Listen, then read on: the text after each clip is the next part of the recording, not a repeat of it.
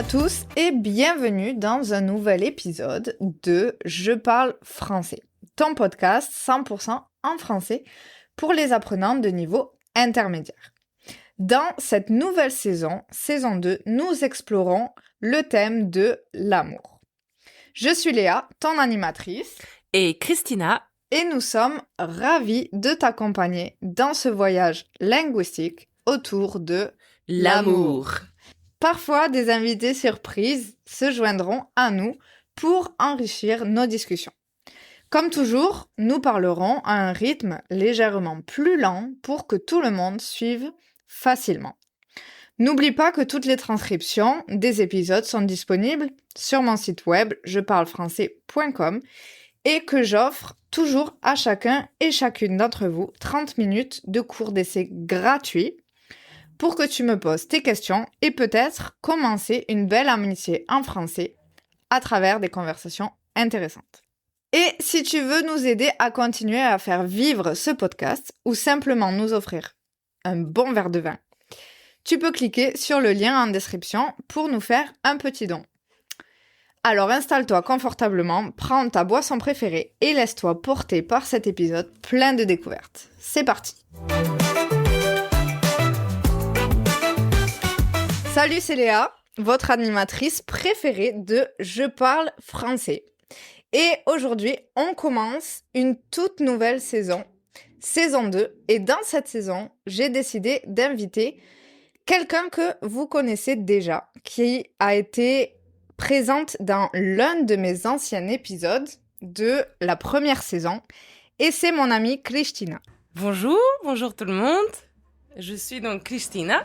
Dans cette saison 2, nous avons choisi de discuter et de partager avec vous notre opinion et notre vision de l'amour. Donc, dans cette saison, nous allons parler exclusivement de ce sujet universel, l'amour. Nous allons par exemple discuter de comment trouver l'amour, du mariage, des relations à distance, des disputes, de la communication, des ruptures, cœurs brisés, jalousie et type d'attachement. Donc, avant de commencer, je vais dire quelques mots sur Christina pour que vous la connaissiez un peu mieux. Même si il y a un épisode dédié sur Christina, donc vous pouvez aller vérifier dans la saison 1, épisode avec Christina. Donc, Christina, c'est une amie que j'ai rencontrée à Lisbonne. Elle est de Normandie, donc du nord de la France. Donc, nous sommes totalement opposés. Et vous allez sûrement l'entendre dans notre manière de parler. Et nous avons un point commun qui est la danse. Et c'est comme ça que nous nous sommes rencontrés à Lisbonne. Et nous vivons toutes les deux à Lisbonne aujourd'hui. 2 choses que vous pouvez savoir sur Christina, c'est la première, elle est totalement addicte à la nourriture. Donc elle aime beaucoup manger. Donc ne sortez jamais au restaurant avec Christina. Et la deuxième, c'est que Christina fait du pole dance. Donc elle est super musclée et je suis très jalouse de ses abdos. Moi, je vais vous présenter alors Léa, enfin, que vous connaissez déjà. Léa, elle vient de Toulouse, du sud de la France. Je crois qu'elle aime beaucoup les hommes musclés et le tiramisu. Voilà, c'est, je crois, 2 choses importantes à savoir sur Léa. Et aussi que c'est une amie formidable. Oh, trop mignon. Donc, pour commencer, ce premier épisode, saison 2 sur l'amour, je vais poser cette très grande question à Christina. C'est quoi pour toi l'amour romantique ? C'est une question très importante. Et pour moi, l'amour romantique, tout d'abord, je crois que c'est de la réciprocité, que c'est un sentiment qui n'est pas contrôlable. Ce n'est pas quelque chose qu'on doit Il n'y a pas de devoir. Et l'amour, c'est quelque chose qu'on ne peut pas imposer à quelqu'un. En revanche, ce que je crois, c'est que on peut se comporter de manière qui soit respectueuse, qui soit... euh, c'est-à-dire, là déjà, ça commence à être compliqué parce que je pense que les émotions, les types d'émotions qu'on ressent envers une personne qu'on aime, c'est par exemple euh, lui accorder de l'attention, vouloir son bien. Ouais, il y a vraiment quelque chose de bienveillant et de quelque chose qui enveloppe et qui veut porter, soutenir, aider quelqu'un. Néanmoins, je pense qu'on peut avoir, ressentir toutes ces choses-là et pas forcément être amoureux de quelqu'un. Mm. Ça peut aussi être, voilà, un ami ou une personne dans le milieu professionnel qu'on admire. Donc, c'est quoi l'amour romantique pour toi? Si on parle seulement d'amour romantique. Je pense que c'est quand, du coup, les sentiments sont partagés. Et c'est ça la question de la réciprocité. Mais comment tu fais avec un ami? C'est réciproque aussi. C'est vrai. Ok. Très bonne question, Léa. Merci. Je dirais du coup pour différencier l'amour romantique de l'amour amical, qui tous les deux sont très forts et sont très importants. Mais je dirais que la grosse différence, c'est l'attirance physique. C'est la séduction. Même si, ouais, mes amis, je les trouve beaux. Tous. Tous. Ils ont, bien sûr qu'ils ont, je vois de la beauté. Voilà, la question de la beauté, elle est dans les deux aussi. Mais je pense que l'amour romantique, c'est quand il y a ce désir physique et intellectuel qui est amplifié. Ouais, ok. Du moins que ça commence comme ça. Ça peut commencer par vraiment une attraction. Et pour moi, l'attraction intellectuelle, elle est aussi importante. Comment se dire, elle amplifie l'attraction physique. Attraction, c'est attirance, non? Attirance, tout à fait. Donc, attirance, tout à fait. C'est comment dire, ça s'appelle un anglicisme très fréquent. Le fait ouais, d'utiliser un mot en anglais et de le mettre en français. Mais en français, c'est attirance. En effet. Et je voulais dire que l'attirance intellectuelle, elle est amplifiée par... non, l'attirance physique est amplifiée par l'attirance intellectuelle pour quelqu'un. Et je pense que c'est là la grosse différence avec, oui, l'amour amical. Est-ce que pour toi, donc, l'amour romantique est plus une connexion physique que émotionnelle? Je pense que c'est vraiment les deux. Je vois pas... Ah oui, oui, oui. Si c'est que une émotion physique, une connexion physique, c'est juste une connexion physique. Et il peut ne pas y avoir d'amour quand il y a une connexion physique. Ouais. Ça peut être un choix, c'est tout à fait possible, mais je pense que ce n'est pas forcément de l'amour. Et alors qu'ici, je pense, quand on parle de connexion émotionnelle, il y a vraiment quelque chose qu'on a envie de partager avec quelqu'un et de l'inclure, en fait, dans sa vie ou dans un moment de sa vie. Et de partager quelque chose de plus profond que du sexe, pour le dire très simplement. Ok. Est-ce que tu penses que l'amour romantique peut durer toute une vie? Je pense que l'amour romantique peut durer toute une vie, mais il va forcément évoluer. Il va forcément évoluer parce qu'on va évoluer, parce qu'on va changer, et que ce serait très difficile et comment dire, ce serait difficile et c'est très douloureux quand la personne a changé, mais que l'amour, lui, n'évolue pas. Ouais.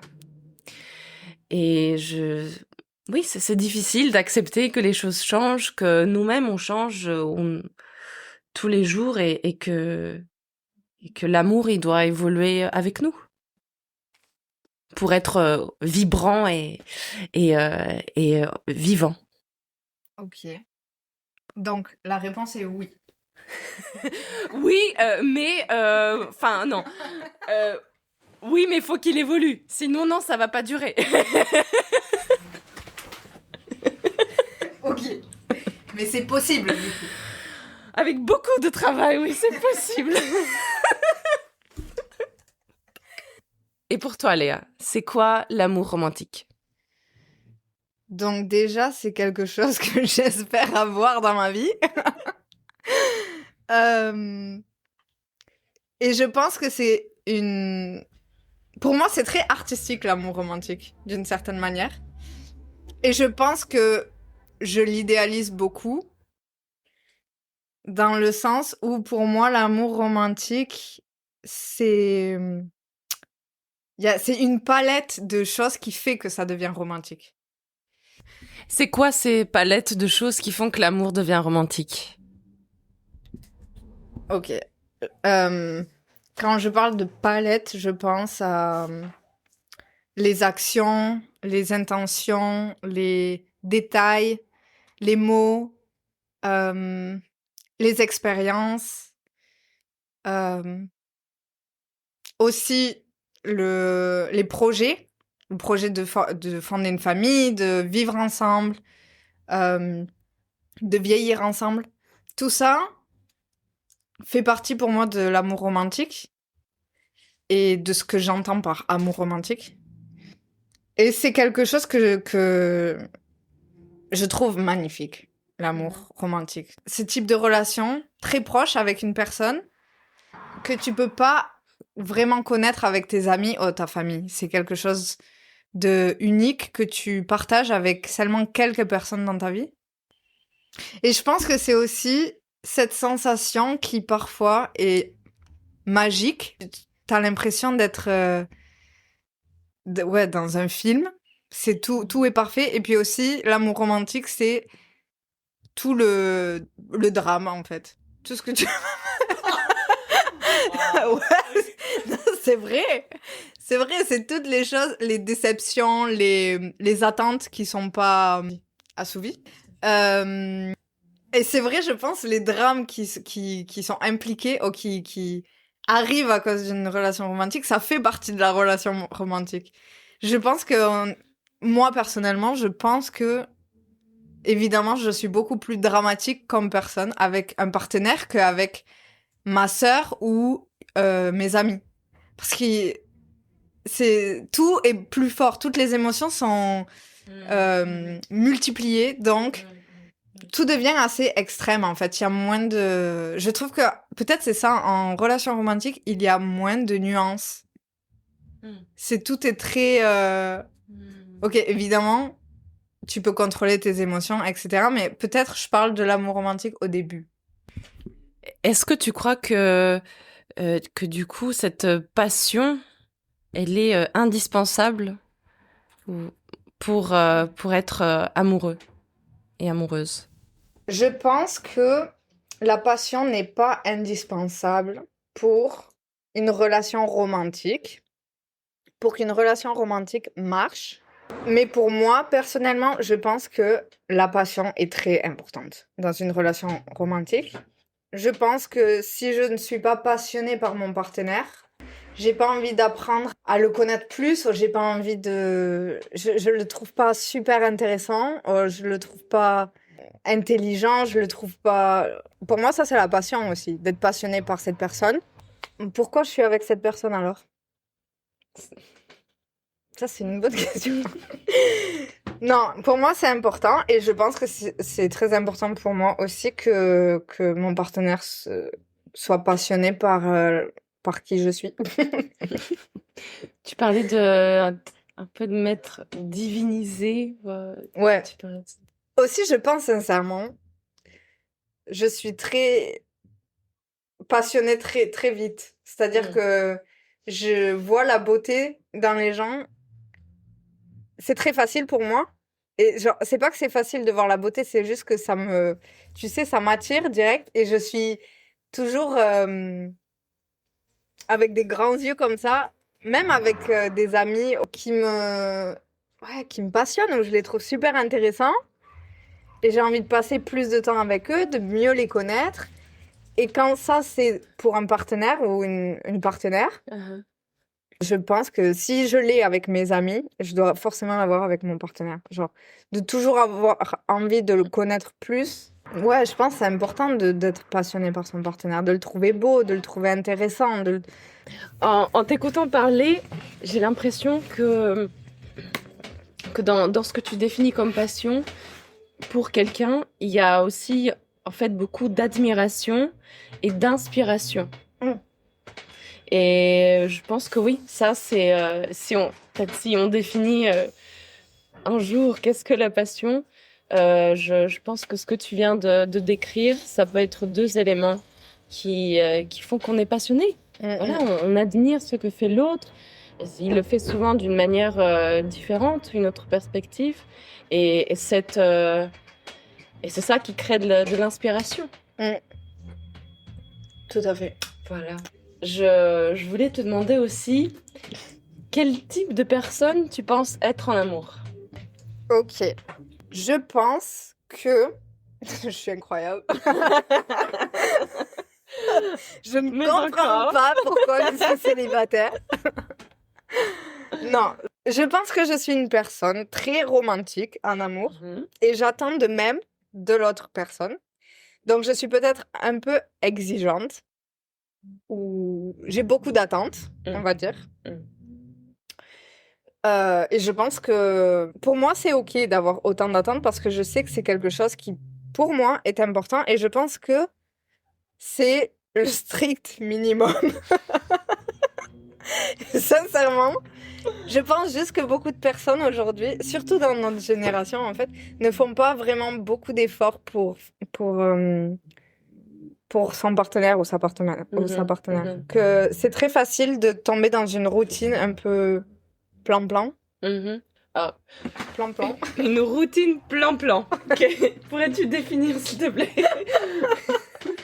Ok, une routine plan-plan, c'est une routine où où on s'ennuie, où c'est toujours la même chose et il n'y a pas de passion là pour le coup. Il n'y a pas de passion, il n'y a pas de surprise, il n'y a même pas d'intérêt à continuer en fait. Je sais pas, il faut raviver la flamme. Ensuite, je pense que je suis très dramatique. Dans le sens où, comme j'ai dit avant, pour moi, c'est très artistique, l'amour. Et peut-être que je l'idéalise un peu comme dans les films. Et du coup, dans les films, il y a forcément du drame. Parce que sinon, c'est pas romantique. Il faut qu'il y ait des pleurs, il faut qu'il y ait la pluie, il faut... Tu vois? Non, j'exagère, je suis pas aussi dramatique. Mais je sais pas, il y a des moments dans une relation romantique qui sont un peu suspendus dans l'air, tu sais, où c'est quelque chose qui te marque parce que c'était vraiment magique, c'était beau. Et vu de l'extérieur, c'était beau. Je sais pas où je vais. Mais non, attends, j'étais à fond là, tu m'as coupé, et puis de l'extérieur c'était beau, un moment suspendu. C'est ça, moi, faut qu'on me fasse rêver là, tu me fais rêver, Léa, vas-y. Ok, donc pour moi c'est ça aussi. Je pense que je suis dramatique dans le sens où j'attends des efforts, j'attends la surprise. Et je pense que je suis pas attirée par les grandes choses. Par exemple, le mariage, dont on parlera plus tard, mais pour moi, ok, c'est une grande preuve d'amour. C'est officialiser quelque chose de très grand. Mais pour moi, ça, c'est pas quelque chose que je trouve super romantique. Pour moi, c'est romantique quelque chose de plus petit où je vois que mon partenaire m'a écouté sur un détail que j'ai dit il y a peut-être 3 mois et il s'en est souvenu et il a voulu faire quelque chose avec ce détail.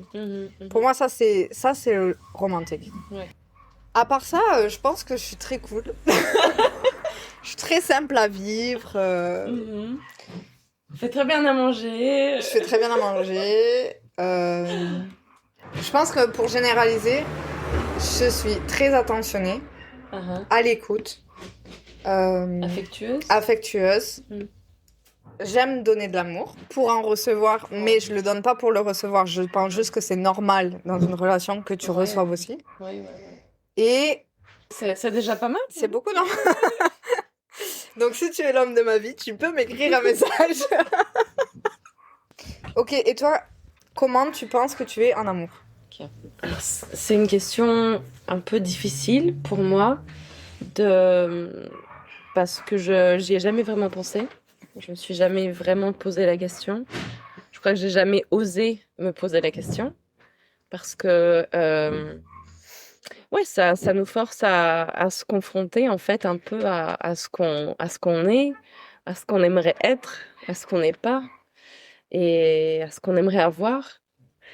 Mais je vais quand même essayer d'y répondre. Merci beaucoup. Merci. Je pense que comment je suis en amour, c'est vraiment difficile de savoir en fait. C'est vraiment difficile de savoir comment on est.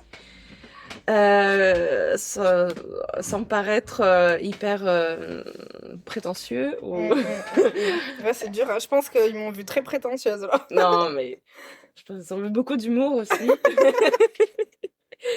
Je dirais en tout cas pour moi la partie affective, c'est une partie que je recherche énormément et c'est une partie que j'aime beaucoup donner.